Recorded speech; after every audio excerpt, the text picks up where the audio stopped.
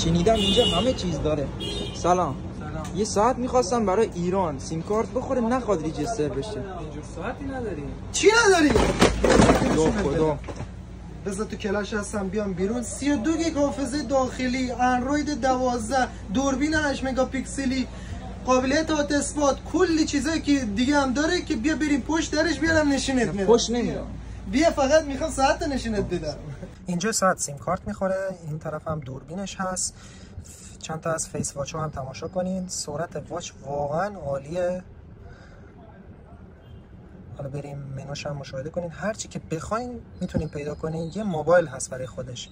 الان من پلی استور رو که نصب کردم، تیک تاک، تلگرام، یه دونه وی پی ان و کلش رویال نصب کردم. 32 گیگ حافظه داخلی داره. هر چی بخواین میتونین روش نصب کنین.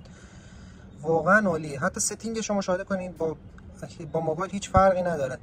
الان این قسمت وای فاش، هات اسپات، وی پی ان، هر چی که بخواین تو این واچ میتونین پیدا کنید. این واچ به صورت تعداد تو فروشگاه ام جی تی موجوده.